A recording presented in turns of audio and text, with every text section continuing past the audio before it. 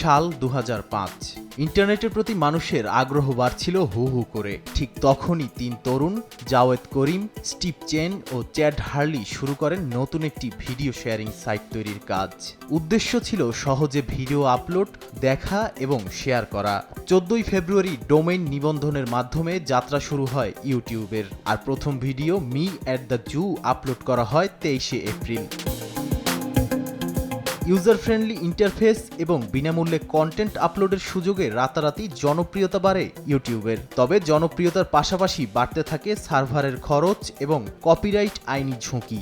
এই চ্যালেঞ্জ মোকাবিলায় এগিয়ে আসে গুগল। ২০০৬ সালে $১.৬৫ বিলিয়ন ইউটিউব কিনে নেয় সার্চ জায়ান্টটি। তখন থেকেই ইউটিউব এক নতুন যুগে প্রবেশ করে, বাণিজ্যিকীকরণ ও কন্টেন্ট মনিটাইজেশনের যুগে।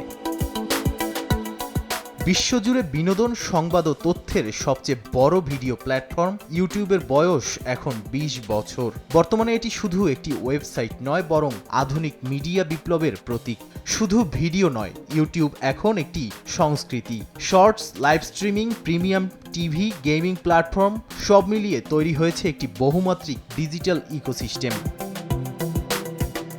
শুধু প্ল্যাটফর্ম নয়, ইউটিউব হয়ে উঠেছে নতুন প্রজন্মের টেলিভিশন।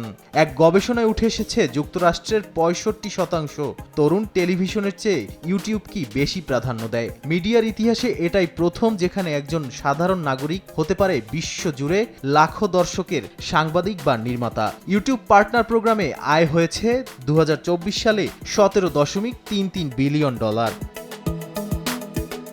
ইউটিউবের অগ্রগতির পাশাপাশি কিছু প্রতিবন্ধকতাও রয়েছে। এর মাধ্যমে সহজে ভুয়া খবর ও গুজব ছড়ায়, কারণ যাচাই ছাড়াই যে কেউ ভিডিও আপলোড করতে পারে। অ্যালগোরিদম ভিউ বাড়াতে নাটকীয় বিভ্রান্তিকর কন্টেন্টকে উৎসাহ দেয়, এতে সাংবাদিকতার মানহানি হয়। ইউটিউব রাজস্ব টেনে নেয়, মূলধারার গণমাধ্যম আর্থিক চাপে পড়ছে।